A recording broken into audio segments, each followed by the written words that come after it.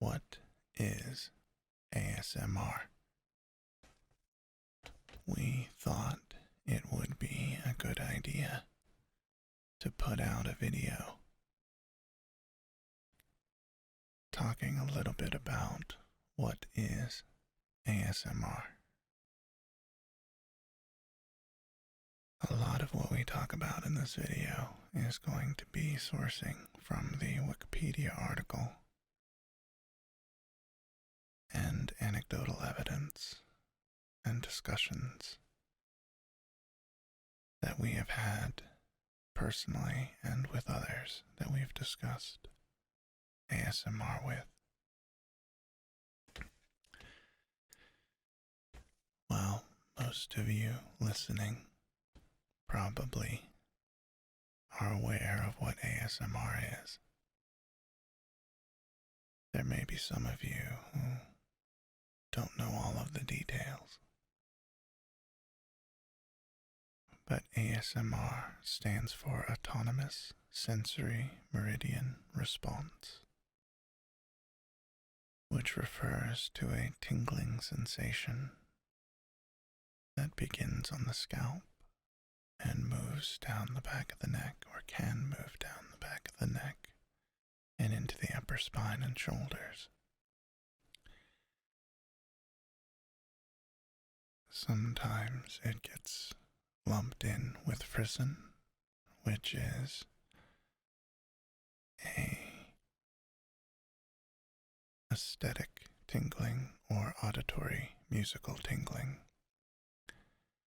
that comes with a typically moving or pleasing visual or auditory experience. ASMR is the tingles are localized to the head and neck and shoulders, where frisson can happen anywhere on the body.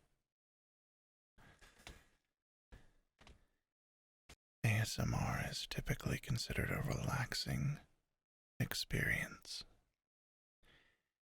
and a lot of people like to use it to get to sleep.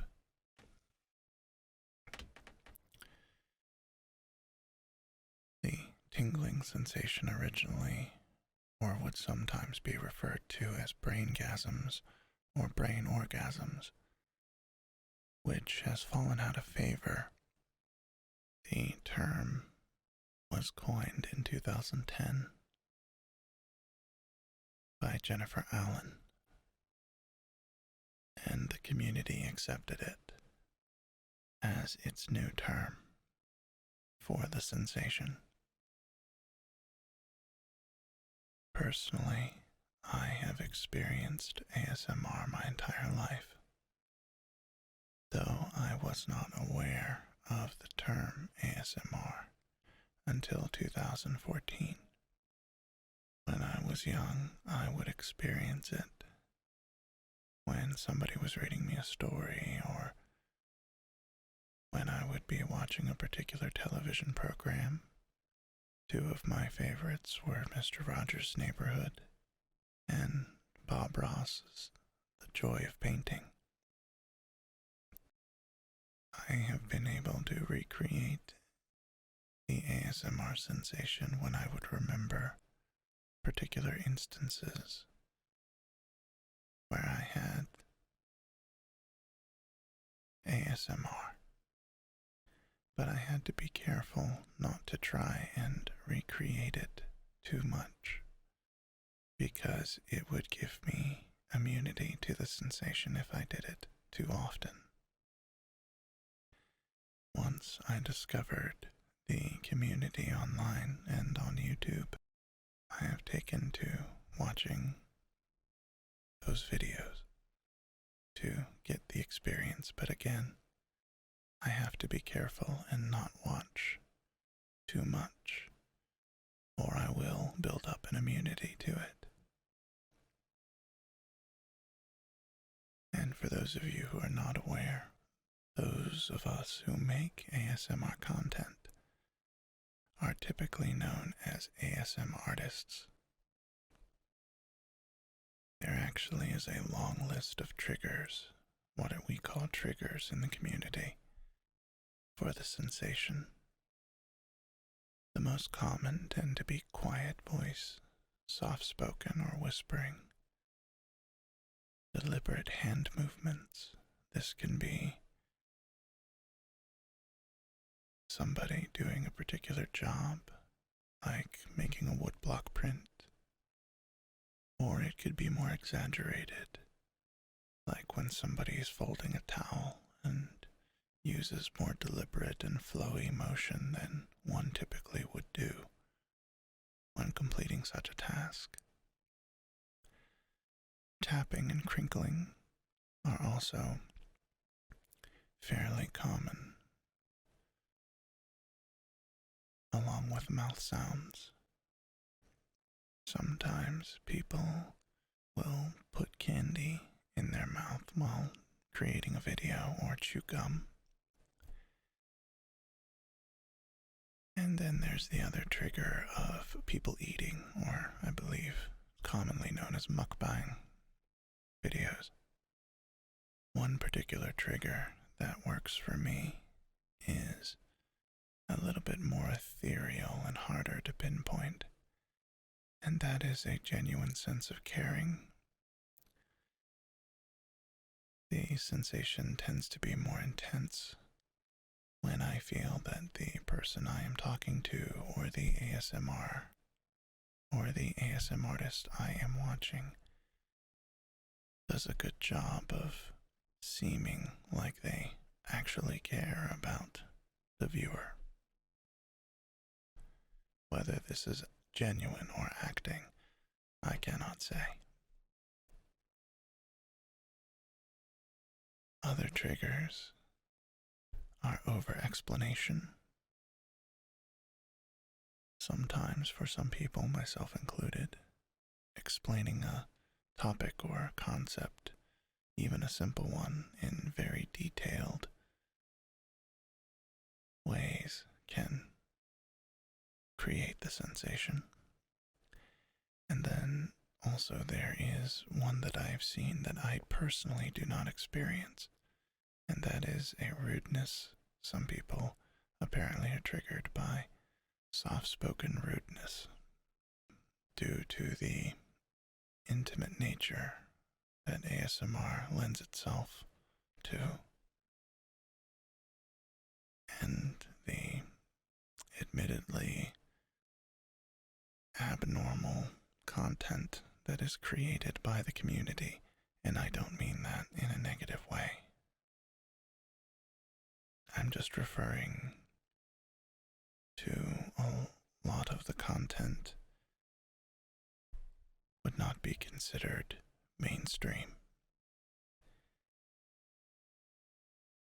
And then when you lump on that a lot of the content is girlfriend role plays, boyfriend role plays, pillow talk,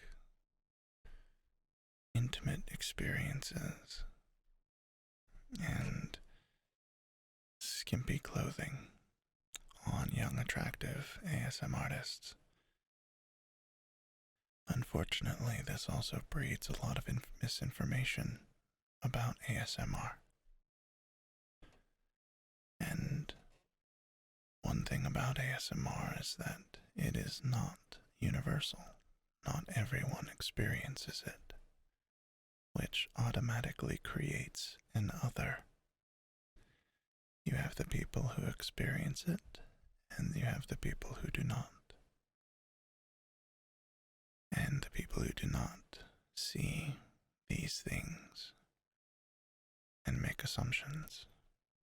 And when you have very popular Twitch streamers being banned for doing some might call inappropriate content and calling it ASMR, kind of hurts the community a bit, in my opinion.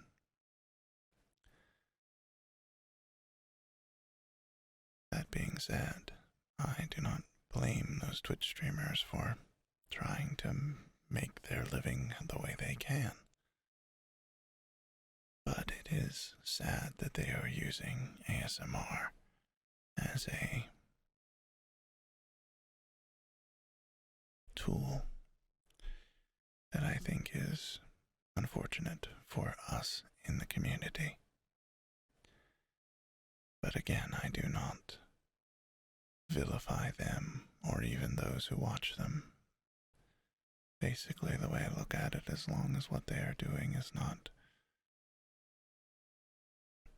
keeping me from doing what I want to do, or watching what I want to watch, or experience what I want to experience, there's not much I can say. Because really, the only thing that we're all trying to do here is relax. And I think that's something that's very important, is to try and understand that most of us are just trying to relax. So, stepping away from the controversy, sometimes ASMR gets lumped in with just general relaxation videos. But ASMR videos are trying to elicit that ASMR response. I would be curious to know how long you have experienced ASMR, or if you do experience it. Or is it something that you just discovered and you're just interested in it? One thing I do know is that I can't trigger it in myself. I've listened to my videos and I liken it to trying to tickle yourself. It's just not possible.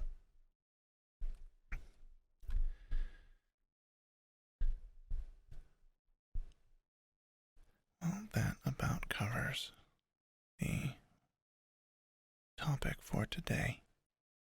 Please let us know what you thought about it, and like and subscribe. Tell your friends about us. Thank you so much for calling, and I hope you have a wonderful day. Bye-bye. This show is part of the CIP network, where we inspire creativity one episode at a time.